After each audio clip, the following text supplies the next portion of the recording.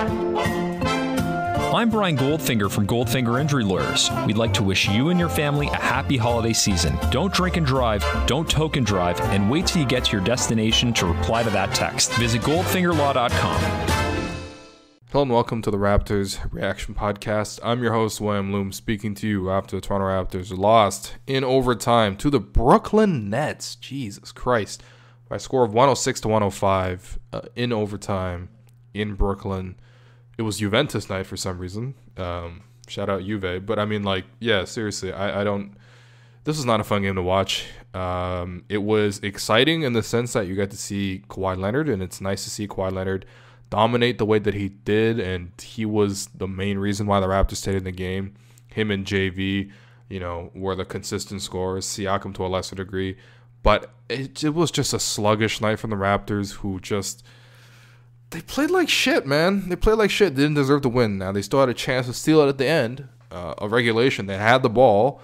They went to Kawhi. They had 24 seconds, right? And they, you know, so they had a timeout as well. Like, they could have set up something nice, but they gave it to Kawhi to isolate, you know, straight up top, just have him dribble out the defense. I don't think that's a great way to play, but whatever. Not great. And yeah, I mean, see, you know, Kawhi tries to get a screen from Siakam. Siakam, you know, I don't get that decision from Nick Nurse, really. Like, why would you have Pascal Siakam as your center in that situation rather than JV or anyone else, right? Because like why don't you, if the goal was to attack Jarrett Allen, right, who is a center, and, you know, I guess they wanted Kawhi to just dribble at him and then, you know, get him on his get him on his heels and then shoot a jumper or whatever.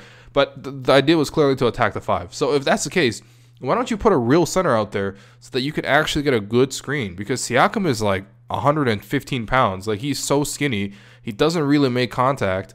And, you know, Kawhi wasn't able to shake Rondae Hollis-Jefferson, who did a pretty good job defensively, I thought. But like, I just didn't understand the decision. Like, why don't you put JV out there or Ibaka? You know, one of the two of them. I don't know. But I mean, Kawhi dribbles, you know, he gets a decent shot off. It's contested, but it's decent. It's a little short mid-range jumper. It rims out, goes to overtime. Then the Raptors, you know, it's pretty tight throughout.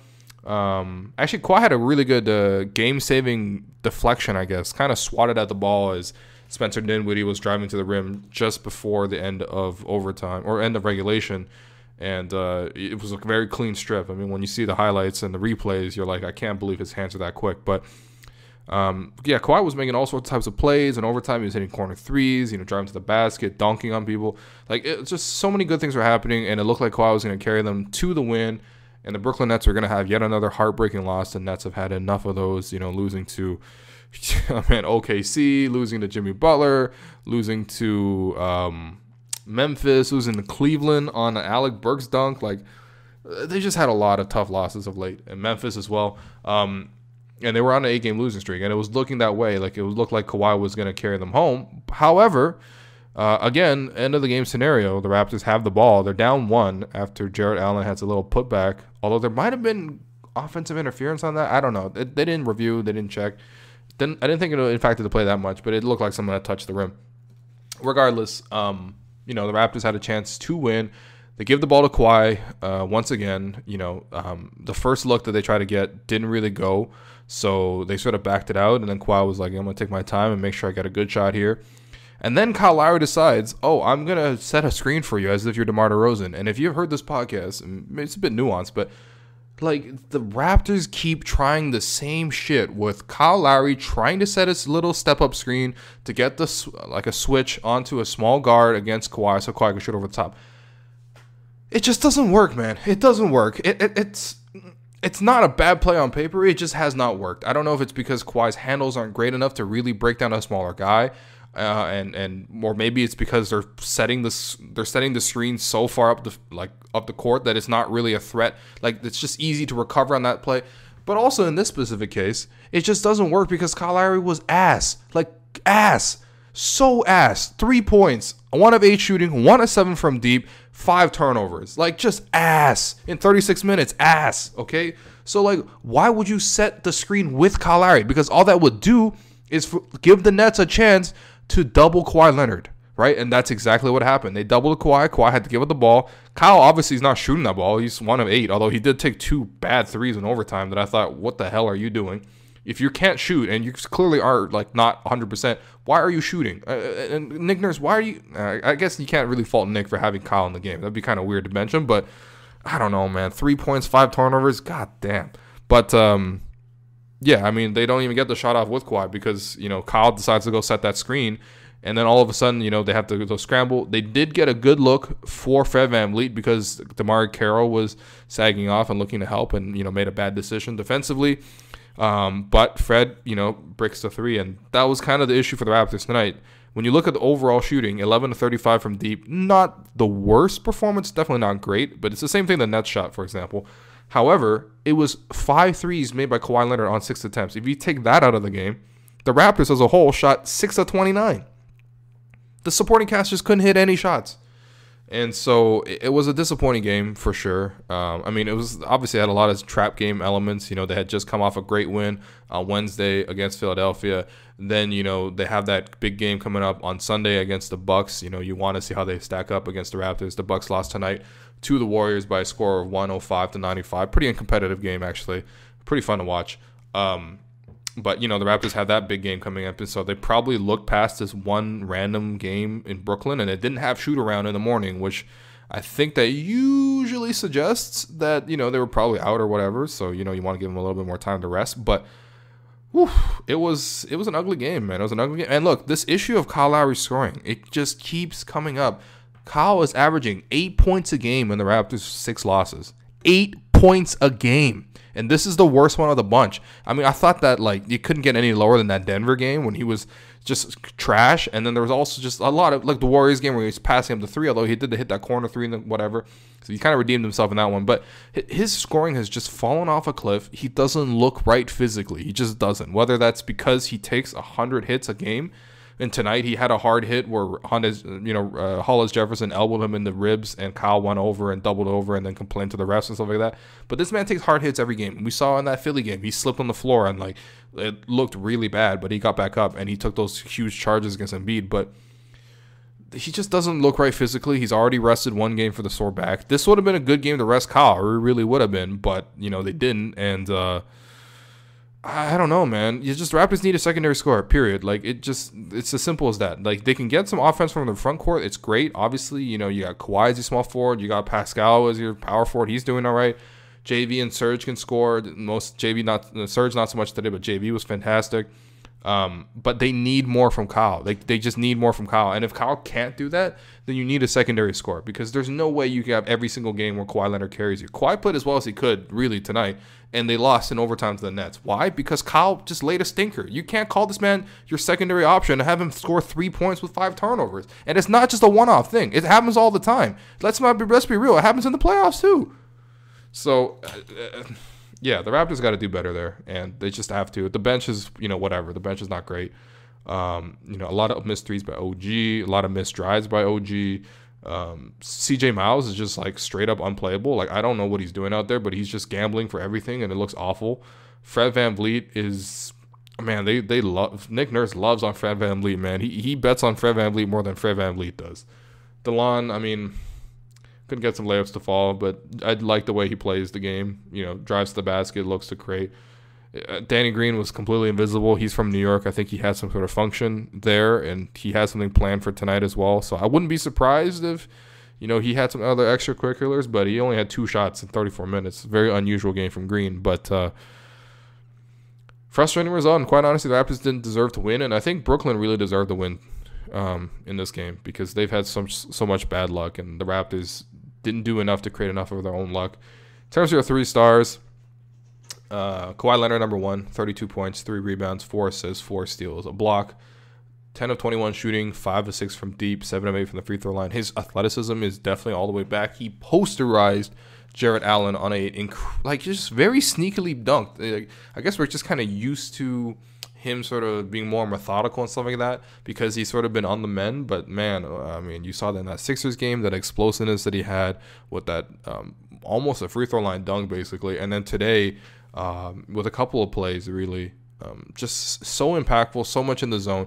A buddy of mine, he told me that, when he watched the game, he was like, damn, this is like Kawhi has to carry a LeBron type of workload in this game.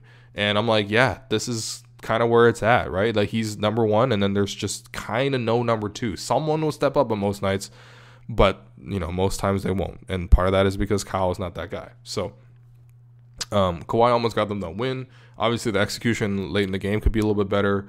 It looked like he was a little bit tired late in the game. I'm not going to lie.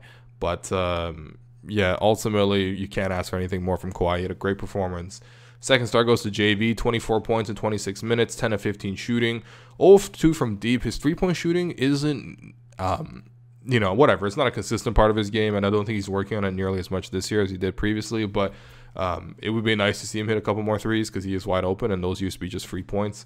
But JV overall pretty solid. 8 rebounds as well. I don't like the way Nurse kind of benched him late because, he could have really helped create offense. The offense was really an issue for the Raptors, not defense. The Nets, whatever. They don't really have good crunch time offense. I think they could have been okay. The Raptors basically decided to switch everything, and it worked pretty well. Brooklyn only had 18 points in the fourth quarter and only 8 in overtime. So you will take 26 points over the span of, 17 minutes. However, I just think offensively the Raptors could have used JV's, they could have just used some scoring. But yeah, on the most part, JV was pretty solid, finished really well, physical down low. He plays really well against the Nets usually. And then in terms of your third star, I guess I'll give that to Pascal. 16 points, 6 rebounds, 2 assists, a steal, 2 blocks. Pretty good defense all around. Had a couple of the shots that he would normally make rim out. I think that's just going to happen over time because it's no way he's going to shoot 70% on twos all year. He takes too many contested ones for that to go. But he does have soft touch, and today it was just unfortunate. But one thing I did notice with Siakam is teams are basically deciding, okay, so you got Kyle and whoever in the pick and roll, right? JV or Serge. They know that Kyle's not going to score, so they're going to give Kyle as much room as possible. They're going to drop the big back to try to deter the pass towards the middle. And just to send an extra level of deterrence, they're also helping off of Siakam as much as possible to disrupt that middle pick and roll. And so that's basically where the Raptors have really succeeded. On games where, Kyle has a ton of assists, that's usually him spamming middle pick and roll and then, dumping it to the big man.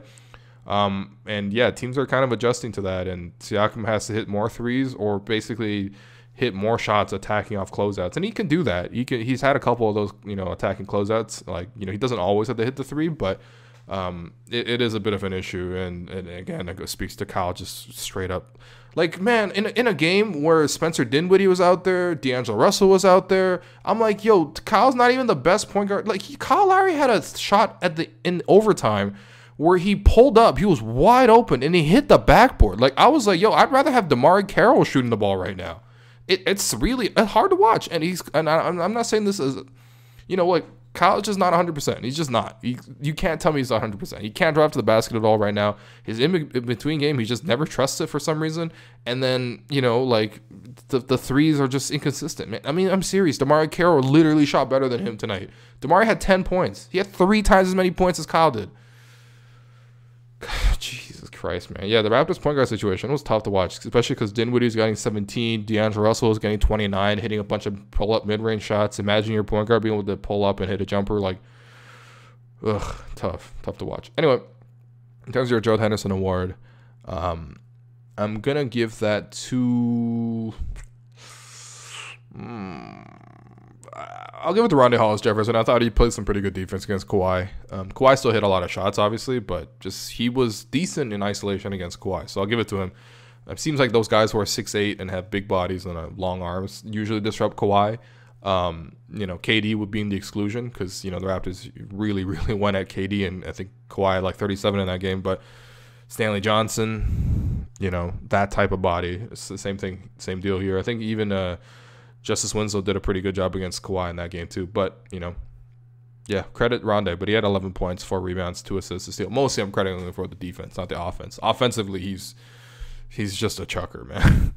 I saw the man struggle to score on Javon Shepherd at Crown League. It's not a good look. Anyway, those are for the podcast. As always, you can read 10 things on Twitter, at William_Lou. And, I'll be back on Sunday to talk about that Bucks game. That should be fun. If they play like this tonight against the Bucks, they're going to lose. I'm just going to warn you right now.